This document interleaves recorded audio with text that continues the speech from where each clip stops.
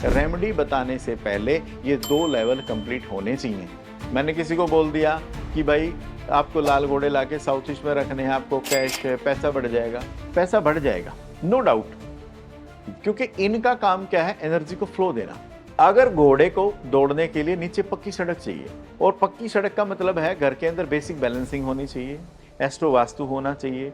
ये रेमेडी लगाएंगे तब वो घोड़ा दौड़ पाएगा, तब वो कैश के फ्लो को बढ़ा पाएगा।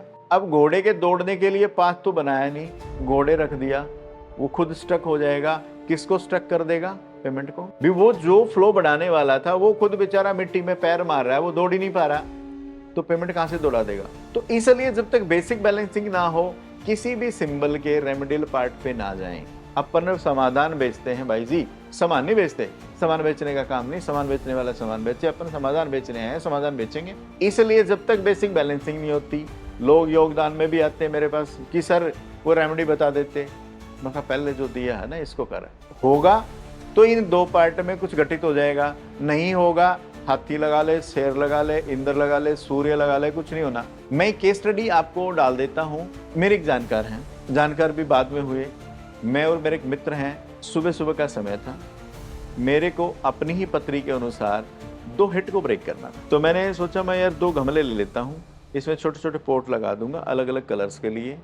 मैं उनकी शॉप पे गया तो वो लेडी बैठी थी, उन्होंने मेरे से कहा कि, मैंने कहा जी इस कलर के पोट दे दो छोटे। उसने कहा सर ये ले लो, इतने सारे हैं तो उसका कौन सा स्पेशल है? मैंने कहा नहीं मुझे यही चाहिए।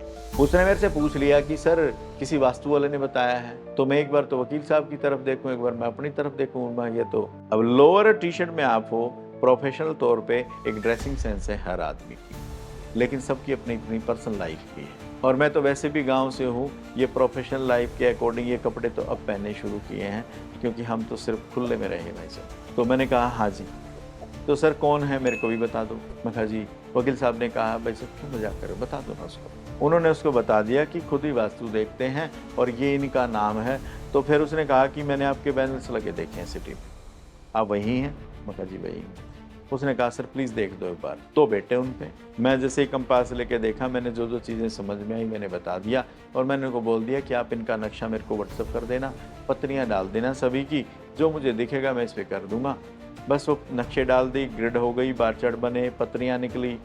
तो उन्होंने मुझे फ़ीस का डिस्कस किया, तो उन्होंने मेरे को फ़ीस का डिस्कस, उन्होंने कहा सर बहुत ज़्यादा फ़ीस है, मैं दे नहीं पाऊँगी। मैं सच्चाई बोलूँगा कि जो था, मैंने सीधा बोला आप योगदान ले लीजिए, फ्री कंसल्टेंसी देता हूँ वो ले लो। उसने कहा मैं फ्री तो नहीं लूँगी, भी मैं अपना भला चाहूँ और मैं कैपेबल हूँ और मैं देना ना चाहूँ तो क्या मेरा हो जाएगा? मैं कहा मुझे नहीं पता।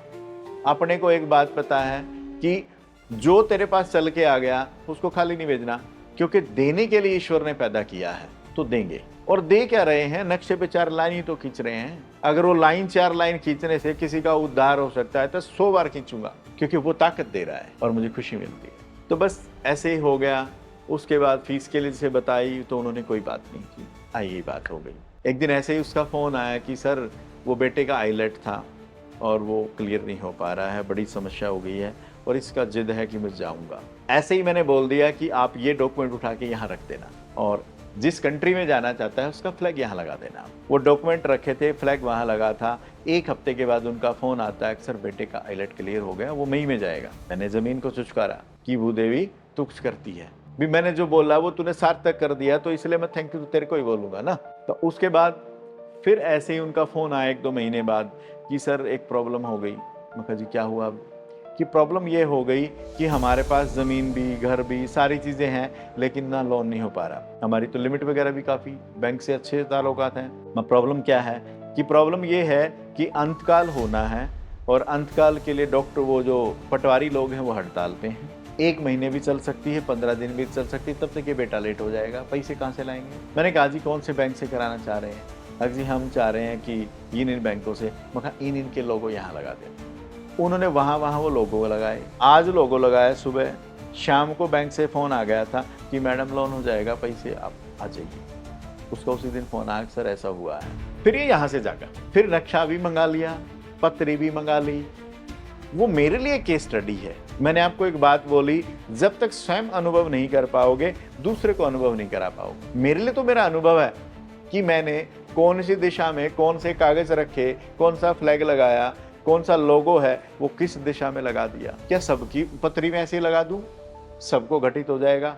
नहीं। फिर उसकी पत्री से अलाइनमेंट किया, कौन सी महादशा चल रही थी, कौन सी अंतरदशा चल रही थी और कौन सा प्लेनेट कहाँ बैठा था और किस राशि में डॉक्यूमेंट रखवा दिया कि उसका काम हो गया। इसे एस्ट्रो वास्तु बोलते हैं।